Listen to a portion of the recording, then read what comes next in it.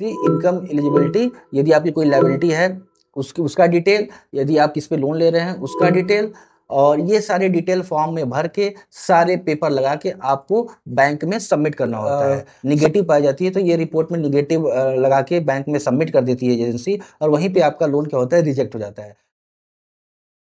पिछले video home loan process part 2 में हमने समझा कि इनकम एलिजिबिलिटी और सही डॉक्यूमेंट होम लोन के प्रोसेस में कितना बड़ा रोल निभाते हैं।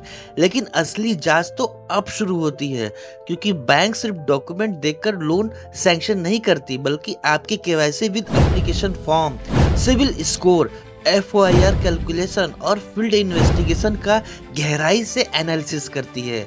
और अगर इन स्टेप में से एक भी वीक पड़ा तो आपका लोन रिजेक्शन होना तय है।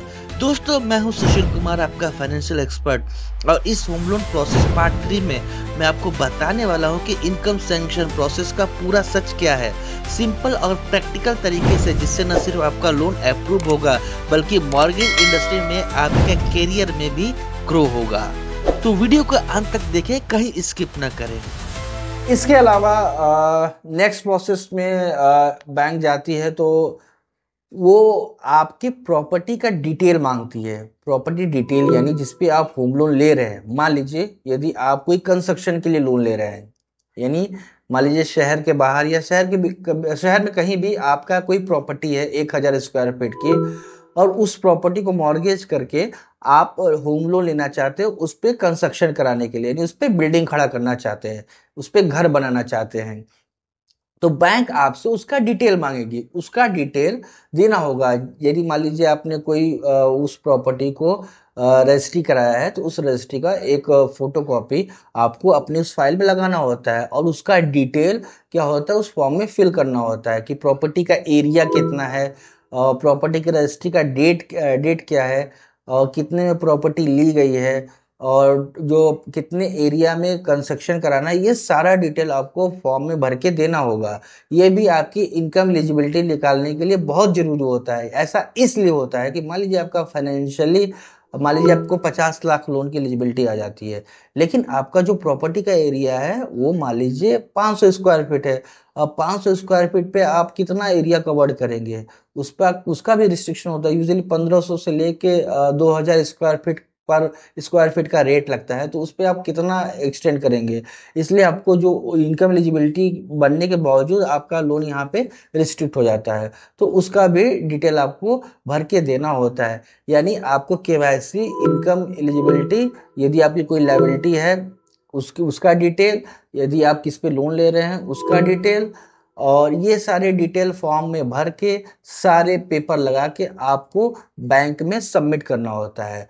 सबमिट करने के बाद बैंक सबसे पहले क्या करती है, जो जो भी इंफॉर्मेशन आपने दिया है, यानी जो भी केवाईसी का डिटेल आपने दिया है, जो भी आप जॉब कर रहे हैं, जिसका अपॉइंटमेंट लेटर दिया है, जिसका सैलरी स्लिप दिया है, जिसका फॉर्म 16 दिया है, जो प्रॉपर्टी आपने बताई है मॉर्गेज करने के लिए, जो भी डिटेल उसमें आपने डाला है, इन सभी को क्रॉस वेरीफाई करती है।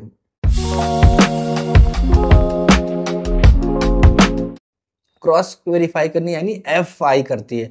FI यानी इन्वेस्टिगेशन करती है, यानी जो भी डिटेल आपने फॉर्म में दिया है, जो भी डिटेल आपने बैंक को बताया है, वो ऑथेंटिक है कि नहीं है, ये सही है कि नहीं, इसमें कोई गलती तो नहीं है, कोई चीज आपने फ्रॉड तो नहीं किया, कोई चीज आपने फेक तो नहीं दिया है, तो इसको क्रॉस वेरीफाई कराती है। तो किसी एजेंसी के थ्रू, जो एजेंसी क्या होता है, ना बैंक का होता है ना कस्टमर का होता है, एक सेपरेट एजेंसी होती है, उसके थ्रू ये क्या करते हैं, उस जो भी इंफॉर्मेशन होता है उसको वेरीफाई कराते हैं। अगर उसमें कोई भी चीजें अगर निगेटिव पाई जाती है तो ये रिपोर्ट में निगेटिव लगा के बैंक में सबमिट कर देती है एजेंसी, और वहीं पे आपका लोन क्या होता है, रिजेक्ट हो जाता है। अगर मान लीजिए FI आपने सारा इंफॉर्मेशन सही दिया, उसमें कुछ भी आपने मैनिपुलेशन नहीं किया है, कोई चीज आपने गलत नहीं बताई है, तो एक पॉजिटिव रिपोर्ट बना के बैंक में सबमिट हो जाता है। अब FI रिपोर्ट आने के बाद बैंक का सेकंड प्रोसेस होता है कि आपका क्रेडिट स्कोर चेक करना। तो यूजुअली बैंक क्या करती है, जैसे सिविल से ट्रांसयूनियन है और एक्सपीडियन, इन सारे जो ये जो क्रेडिट ब्यूरो है वहां से आपका क्रेडिट स्कोर निकालती है। क्रेडिट स्कोर इसलिए निकालती है कि जो भी बैंक का जो रेट ऑफ इंटरेस्ट होता है वो अक्सर क्या होता है आपके सिविल स्कोर पे ही लिंक होता है, यानी जितना अच्छा सिविल स्कोर होगा उतना कम रेट ऑफ इंटरेस्ट आपको मिलता है। इसके अलावा बैंक ये भी देखती है कि प्रीवियसली आपने कोई लोन डिफॉल्ट तो नहीं किया है, पुराना लोन आपने लिया है उसको चलाया है कि नहीं चलाया है। यदि आपने लोन नहीं लिया तो वो भी डिटेल उस सिविल स्कोर में, यानी जो क्रेडिट स्कोर आता है आपका, उसमें रिफ्लेक्ट होता है। यदि आपने कोई लोन नहीं लिया है तो आपका स्कोर नहीं बनता है। इस केस में बैंक आपको high rate of interest loan offer करती है, क्योंकि उसको पता ही नहीं कि आपने कभी लोन लिया ही नहीं है, फ्यूचर में आप लोन अच्छा चलाएंगे या बुरा चलाएंगे। ये बैंक का एक इनिशियल रिस्क हो जाता है। तो बैंक को इसमें डर रहता है कि आप लोन बहुत बढ़िया चलाएंगे या डिफॉल्टर हो जाएंगे, क्या हो जाएंगे, बैंक आपके बारे में कुछ नहीं जानता है, इसलिए आपको वो ज़्यादा रेट ऑफ इंटरेस्ट ऑफर करता है। बैंक का एक यही चीज़ होती है होम लोन के केस में, जितना रिस्क होगा रेट ऑफ इंटरेस्ट उतना ज़्यादा हाई होता है, और जितना बैंक का रिस्क कम होता है आपको उतना ही कम ब्याज दर पे लोन मिलता है।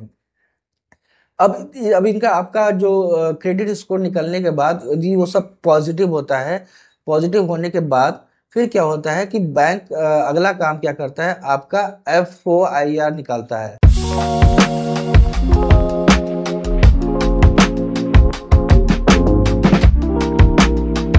FOIR कैसे निकाला जाता है, मैंने ऑलरेडी बताया कि इस वीडियो में आप चेक कर सकते हैं कि FOIR कैसे निकलता है।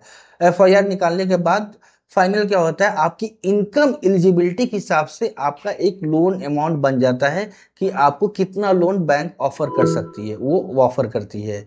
लेकिन ये सब्जेक्ट टू होता है, ये आपका इनकम सैंक्शन होता है। मान लीजिए आपने 50 लाख लोन के लिए ट्राई किया था और आपका मान लीजिए 40 लाख होम लोन सैंक्शन हो गया, लेकिन इतना प्रोसेस में मैंने जो बताया ये आपका इनकम सैंक्शन है, यानी आपके इनकम के हिसाब से मैंने आपका लोन इतना सैंक्शन कर दिया। यानी आपके जो भी इनकम, आपके पास जो भी पैसे आ रहे हैं, मंथली जो भी इनकम आ रहा है उसके हिसाब से हम आपको इतना लोन ऑफर कर रहे हैं, सब्जेक्ट टू, उसमें कंडीशन डाल देते हैं कि positive technical report, positive legal report. अब टेक्निकल रिपोर्ट क्या है और लीगल रिपोर्ट क्या है, अभी हम आगे समझते हैं।